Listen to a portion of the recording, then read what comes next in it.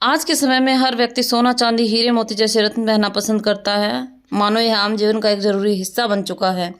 लेकिन कौन सा रत्न किस समय किस उंगली में धारण करना चाहिए, इसके लिए अगर व्यक्ति ज्योतिष की सलाह ले ले तो यह उसके लिए और भी ज़्यादा फायदेमंद होता है, क्योंकि इससे उसको पता चल जाता है कि कौन सा रत्न कब और कैसे धारण करने से शुभ फल देगा और कब वो अशुभ फल देगा।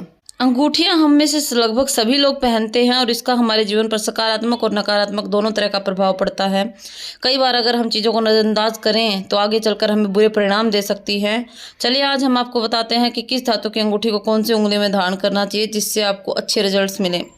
रत्न शास्त्र की माने तो हर उंगली पर एक विशेष धातु की अंगूठी पहनी जाती है जो कि उसको प्रॉफिट देती है, बेनिफिट्स देती है, शुभ परिणाम देने का काम करती है। लेकिन हर जगह हर उंगली में कोई भी धातु कैसे भी धारण कर ली जाए और गलत धातु को धारण कर लिया जाए तो उसके अपोजिट आपको रिजल्ट्स भी मिल सकते हैं, मतलब आपको लॉस हो सकता है प्रॉफिट होने की बजाय। सबसे पहले बात करते हैं हम गोल्ड मेटल की, यानी सोना, जो कि हर स्त्री का एक पसंदीदा आभूषण होता है। तो सोना हमें किस अंगूठी में धारण करना चाहिए? सोना हमें हमेशा अपनी तर्जनी उंगली में धारण करना चाहिए। तर्जनी उंगली अपनी, यानी कि आपकी जुपिटर फिंगर जो होती है, फर्स्ट फिंगर जो आपकी होती है, वो आपकी तर्जनी उंगली होती है, उसके अंदर सोना पहनना चाहिए। उसके अंदर सोने की अंगूठी धारण करना बहुत ही शुभ माना जाता है। अगर हम बात करें लोहे की, तो लोहा जो होता है, जो लोग लोहे की अंगूठी पहनना चाहते हैं उसे मध्यमा उंगली में पहने।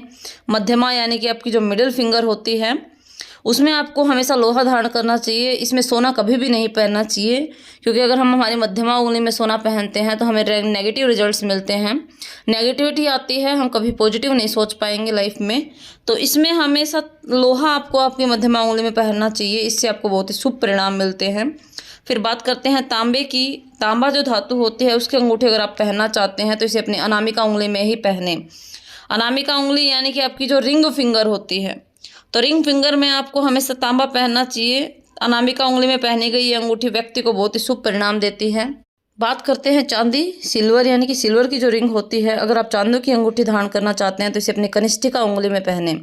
कनिष्ठिका यानी कि आपकी जो पिंकी फिंगर होती है, जो सबसे छोटी उंगली आपकी होती है, उसके अंदर हमेशा चांदी धारण करनी चाहिए। इस उंगली में चांदी पहनने से हमें हर क्षेत्र में लाभ मिलता है, बहुत ही शुभ परिणाम मिलते हैं।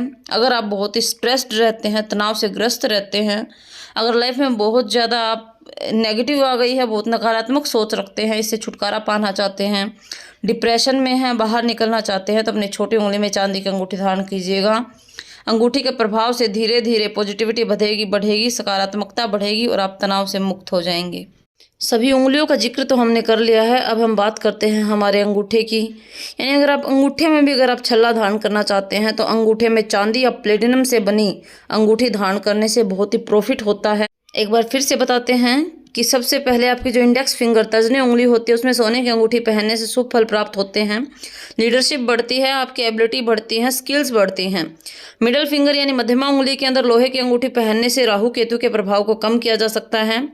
रिंग फिंगर यानी अनामिका उंगली जो होती है, उसके अंदर तांबा या चांदी की अंगूठी पहनने से आपका जो कॉन्फिडेंस लेवल है, आत्मविश्वास, वो बढ़ता है। आपका करियर, आपकी फैमिली, पारिवारिक जीवन जो है उसमें पॉजिटिविटी आती है, खुशी आती है। पिंकी फिंगर यानी कि कनिष्ठिका उंगली जो होती है, उसमें प्लेटिनम या गोल्ड की अंगूठी पहनने से संचार कौशल और